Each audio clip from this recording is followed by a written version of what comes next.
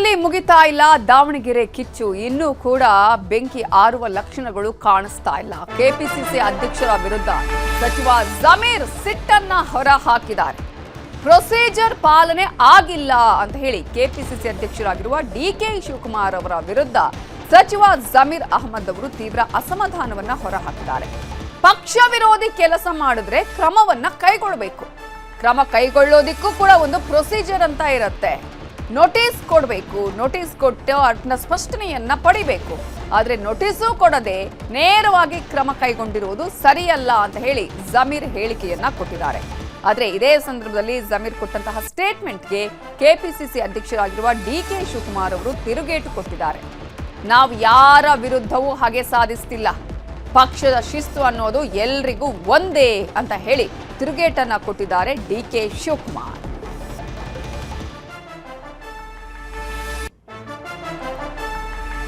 ಮಾಡಿದರೆ ಅದು ಪ್ರೊಸೀಜರ್ ಇರ್ತದೆ. ಪ್ರೊಸೀಜರ್ ಸತೀಶ್ ಜಾರಕಿಹೊಳಿ ಏನಿರೋದು ಪ್ರೊಸೀಜರ್ ಪ್ರಕಾರ ಮಾಡಬೇಕಾಗಿತ್ತು, ನೋಟಿಸ್ ಕೊಡಬೇಕಾಗಿತ್ತು, ರಿಪ್ಲೈ ತೊಗೊಳ್ಬೇಕಾಗಿತ್ತು, ರಿಪ್ಲೈ ಆದಮೇಲೆ ಮಾಡಬೇಕಾಗಿತ್ತು ಅಂತ ಹಂಗೆ ಹೇಳಿರೋದು.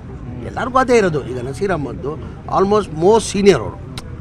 ನಾವು ಅವ್ರೇನೋ ಪಕ್ಷದ ವಿರೋಧಿ ಕೆಲಸ ಮಾಡಿದರೆ ತೆಗೆದಿದ್ದು ತಪ್ಪಂತ ಹೇಳೋಕ್ಕಾಗಲ್ಲ. ನಾವು ಈಗ ಪಕ್ಷ ಏನಾರ ಇದ್ದರೆ ಏನಾರ ಯೋಚನೆ ಮಾಡಿ ತೀರ್ಮಾನ ಮಾಡಿ. ಅಂದರೆ ನಮ್ದು ಏನಂದರೆ ಆಯಿತು ಒಂದು ನೋಟಿಸ್ ಸರ್ವ್ ಮಾಡಿ ಅವ್ರು ರಿಪ್ಲೈ ತಗೊಂಡು ಆಮೇಲೆ ಮಾಡ್ಬೇಕಂತ ಎಲ್ಲರದ್ದು ಅಭಿಪ್ರಾಯ. ಅದು ಮುಖಂಡರು ಹೈಕಮಾಂಡ್ಗೆ ಪತ್ರ ಬರೆದಿದ್ದಾರೆ, ಸಮುದಾಯದ ಮೇಲೆ ಹಗೆ ಸಾಧಿಸ್ತಾ ಇದ್ದಾರೆ ಅಂತ ಯಾರು ಹಗೆ ಸಾಧಿಸ್ತಾ ಇಲ್ಲ, ಯಾರು ಮಾಡ್ತಾ ಇಲ್ಲ. ಪಕ್ಷ ಶಿಸ್ತಿನಲ್ಲಿ ಏನು ಹೇಳ್ತದೋ ಆ ಪಕ್ಷದ ಶಿಸ್ತು ಎಲ್ಲರಿಗೂ ಕೂಡ ಶಿಸ್ತು ಅಳವಡಿಸ್ತದೆ.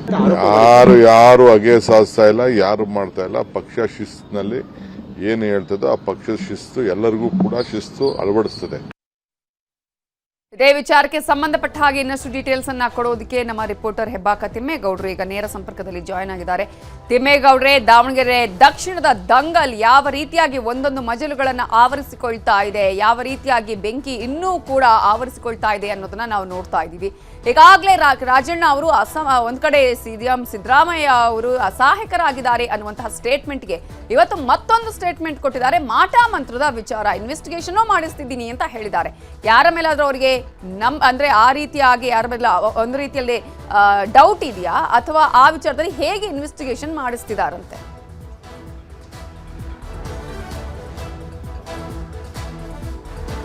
ಕಾಂಗ್ರೆಸ್ನೊಳಗೆ ಅಂಥದ್ದೊಂದು ಮಾಟ ಮಂತ್ರದ ಒಂದು ಪ್ರಯತ್ನ ಮಾಡಿರ್ಬೋದು ಅನ್ನುವಂಥದ್ದು ಕೆಎನ್ ರಾಜಣ್ಣ ಸೇರಿದಂತೆ ಸಿಎಂ ಆಪ್ತರ ಒಂದು ಶಂಕೆ. ಇದನ್ನ ಸಿಎಂ ಆಪ್ತವಲಯದಲ್ಲಿ ಗುರುತಿಸಿಕೊಂಡಿರ್ತಕ್ಕಂಥ ಮಾಜಿ ಸಚಿವ ಕೆಎನ್ ರಾಜಣ್ಣನವರು ಇವತ್ತು ಸಿಎಂ ಅಸಹಾಯಕತೆ ಬಗ್ಗೆ ಪ್ರತಿಕ್ರಿಯಿಸುವಂತ ಸಂದರ್ಭದಲ್ಲಿ ಇಂಥದ್ದೊಂದು ಹೊಸ ಬಾಂಬನ್ನ ಸಿಡಿಸಿರುವಂತದ್ದು. ಯಾಕಂತ ಹೇಳಿದ್ರೆ ಸಿಎಂ ಸಿದ್ದರಾಮಯ್ಯನವರು ಒಂದು ರೀತಿ ನಾಸ್ತಿಕರು, ಅವರು ಮಾಟ ಮಂತ್ರ ಆಗಿರ್ಬೋದು, ಬೇರೆ ಬೇರೆ ರೀತಿಯಾದಂತಹ ಈ ಒಂದು ಮೌಢ್ಯತೆಯ ವಿರುದ್ಧವಾಗಿ ಅವರು ನಡ್ಕೊಳ್ತಿರುವಂತದ್ದು. ಇಂಥ ಸಂದರ್ಭದಲ್ಲಿ ಸಿಎಂ ಸಿದ್ದರಾಮಯ್ಯನವರ ವಿರುದ್ಧ ಮಾಟ ಮಂತ್ರ ಆಗಿದೆ ಎನ್ನುವಂತ ಒಂದು ನಿಟ್ಟಿನಲ್ಲಿ ಅವರ ಒಂದು ಆಪ್ತ ಮಾಜಿ ಸಚಿವ ಕೆಎನ್ ರಾಜಣ್ಣನವರು ಈ ಒಂದು ಹೇಳಿಕೆಯನ್ನ ಕೊಟ್ಟಿರುವಂತದ್ದು. ಎಸ್ಪೆಷಲಿ ನಾನು ಮತ್ತೆ ಸಿಎಂ ಸಿದ್ದರಾಮಯ್ಯನವರು ಇಬ್ರು ಕೂಡ ಮಾಟ ಮಂತ್ರವನ್ನ ನಂಬೋದಿಲ್ಲ.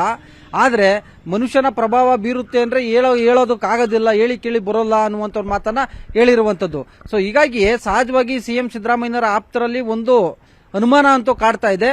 ಸಿಎಂ ಇಷ್ಟರ ಮಟ್ಟಿಗೆ ಅಸಹಾಯಕರಾಗ್ತಾರೆ, ಇಷ್ಟರ ಮಟ್ಟಿಗೆ ಸೈಲೆಂಟ್ ಆಗ್ತಾರೆ ಅಂದ್ರೆ ಎಲ್ಲೋ ಒಂದ್ ಕಡೆಯಾಗಿ ಅವ್ರಿಗೆ ಮಾಟ ಮಂತ್ರ ವಾಮಾಚಾರ ಮಾಡಿಸಿರ್ಬೋದು ಅವರ ವಿರುದ್ಧ ಅನ್ನುವಂತ ಒಂದು ಅನುಮಾನ ಮತ್ತೆ ಆತಂಕವೂ ಕೂಡ ಇದ್ದಂತೆ ಕಾಣಿಸ್ತಾ ಇದೆ. ಸೊ ಹೀಗಾಗಿ ಕೆಎನ್ ರಾಜಣ್ಣನವರು ಅಂತದ್ದೊಂದು ಅನುಮಾನ ಆತಂಕವನ್ನ ಇವತ್ತು ಮಾಧ್ಯಮಗಳ ಮುಂದೆ ಹೊರಹಾಕಿದ್ರು. ಮತ್ತೊಂದು ಕಡೆಗೆ ಯಾರು ಮಾಡಿಸಿದ್ದಾರೆ ಅನ್ನುವಂತ ಒಂದು ನಿಟ್ಟಲ್ಲಿಯೂ ಕೂಡ ನಾವು ತನಿಖೆಯನ್ನ ಮಾಡಿಸ್ತಾ ಇದ್ದೀನಿ ಅನ್ನುವಂತ ಒಂದು ಮಾತನ್ನು ಕೂಡ ಉಲ್ಲೇಖ ಮಾಡಿರ್ತಕ್ಕಂಥದ್ದು. ಸೊ ಇದು ಒಂದ್ ಕಡೆ ಆದ್ರೆ, ಇನ್ನುಳಿದಂತೆ ದಾವಣಗೆರೆ ದಂಗಲ್ ವಿಚಾರವಾಗಿ ಏನು ಜಮೀರ್ ಅಹಮದ್ ವಿರುದ್ಧ ಕಾಂಗ್ರೆಸ್ ಪಕ್ಷ ಇದೆ ಅನ್ನೋದನ್ನ ಇದೆ ಎಂಬ ಭಾವನೆ ಮುಸ್ಲಿಂ ಸಮುದಾಯಕ್ಕೆ ಬೇಡ. ಮತ್ತೊಂದು ಕಡೆಗೆ ಮುಸ್ಲಿಂ ಸಮುದಾಯದಿಂದ ಕಾಂಗ್ರೆಸ್ನಿಂದ ಮುಸ್ಲಿಂ ಸಮುದಾಯಕ್ಕೆ ಇಬ್ಬರಿಗೂ ಕೂಡ ಅನುಕೂಲ ಆಗಿರುವಂತದ್ದು ಅನ್ನುವಂತ ಒಂದು ಮಾತನ್ನು ಕೂಡ ಹೇಳಿರ್ತಕ್ಕಂಥದ್ದು. ಮತ್ತೊಂದು ಕಡೆಯಾಗಿ ಅವರು ಸೂಕ್ಷ್ಮವಾಗಿ ಒಂದು ಮಾತನ್ನ ಹೇಳಿದ್ರು. ಮೇ ತಿಂಗಳಲ್ಲಿ ಒಂದಷ್ಟು ರಾಜಕೀಯ ಬದಲಾವಣೆಗಳಾಗ್ತವೆ, ರಾಜಕೀಯ ನಿಂತ ನೀರಲ್ಲ, ಅದು ನಿರಂತರವಾಗಿ ಚಲನೆಯನ್ನ ಒಳಗೊಂಡಿರ್ತೈತೆ ಎನ್ನುವಂತ ಮಾತನ್ನ. ಸೊ ಹೀಗಾಗಿ ಮೇ ತಿಂಗಳಲ್ಲಿ ಸಿಎಂ ಅಸಹಾಯಕತೆ ಬಗ್ಗೆಯೂ ಕೂಡ ಉತ್ತರ ಸಿಗುತ್ತೆ ಎನ್ನುವಂತ ಮಾತನ್ನು ಕೂಡ ಹೇಳಿರ್ತಕ್ಕಂಥದ್ದು. ಸೊ ಹೀಗಾಗಿ ಸಹಜವಾಗಿ ಉಪಚುನಾವಣೆ ಫಲಿತಾಂಶದ ಬಳಿಕ ಕಾಂಗ್ರೆಸ್ನಲ್ಲಿ ಒಂದಷ್ಟು ರಾಜಕೀಯ ಬೆಳವಣಿಗೆಗಳು ಆಗ್ಬಹುದು.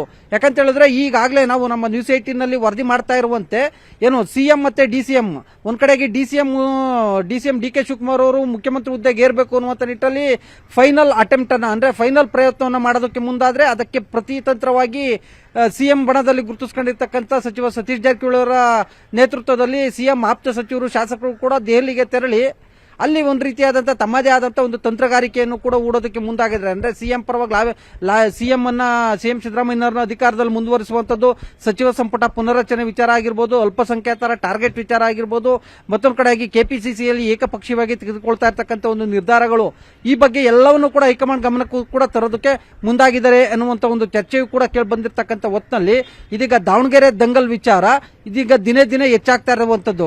ಮತ್ತೊಂದು ಕಡೆಯಾಗಿ ಅಲ್ಪಸಂಖ್ಯಾತರ ಟಾರ್ಗೆಟ್ ವಿಚಾರದಲ್ಲಿ ಏನು ಮುಸ್ಲಿಂ ಸಮುದಾಯದ ಸಂಘಟನೆಗಳು ಮತ್ತೊಂದು ಕಡೆಗೆ ಮುಖಂಡರುಗಳು ಹೈಕಮಾಂಡ್ಗೆ ಪತ್ರವನ್ನ ಬರ್ತಿದೆ. ಆ ಪತ್ರ ಇದೀಗ ಕಾಂಗ್ರೆಸ್ನಲ್ಲಿ ಒಂದು ರೀತಿ ಸಂಚಲನವನ್ನು ಕೂಡ ಮೂಡಿಸಿರುವಂತದ್ದು. ಯಾಕಂತ ಹೇಳಿದ್ರೆ ಕಾಂಗ್ರೆಸ್ಗೆ ಮತ ಬ್ಯಾಂಕ್ ಅಂದ್ರೆ ಅಲ್ಪಸಂಖ್ಯಾತರು, ಇದೀಗ ಅಲ್ಪಸಂಖ್ಯಾತರನ್ನೇ ಟಾರ್ಗೆಟ್ ಮಾಡ್ತಾ ಇದ್ದಾರೆ ಎನ್ನುವಂತ ನಿಟ್ಟಿನಲ್ಲಿ ಮುಸ್ಲಿಂ ಧರ್ಮಗುರುಗಳು ಮತ್ತೆ ಮೌಲ್ವಿಗಳು ಆರೋಪವನ್ನು ಮಾಡ್ತಾ ಇದ್ದಾರೆ. ಪತ್ರವನ್ನು ಬರೆದಿರ್ತಕ್ಕಂಥ ಹಿನ್ನೆಲೆಯಲ್ಲಿ ಇದೀಗ ಜಮೀರ್ ಅಹಮದ್ ಅವರು ಕೂಡ ಒಂದು ರೀತಿ ಮೌನವನ್ನು ಮುರಿದಿರ್ತಕ್ಕಂಥದ್ದು. ಏಕಾಏಕಿಯಾಗಿ ವಿತೌಟ್ ನೋಟಿಸ್ ಕ್ರಮವನ್ನು ಕೈಗೊಂಡಿದ್ದು ಸರಿಯಲ್ಲ ಅನ್ನುವಂತ ಒಂದು ಮಾತನ್ನು ಹೇಳೋದ್ರ ಮುಖಾಂತರ ಡಿ ಕೆ ಶಿವಕುಮಾರ್ ವಿರುದ್ಧ ಇದೀಗ ಅಸಮಾಧಾನವನ್ನು ಕೂಡ ಹೊರಹಾಕಿದ್ದಾರೆ.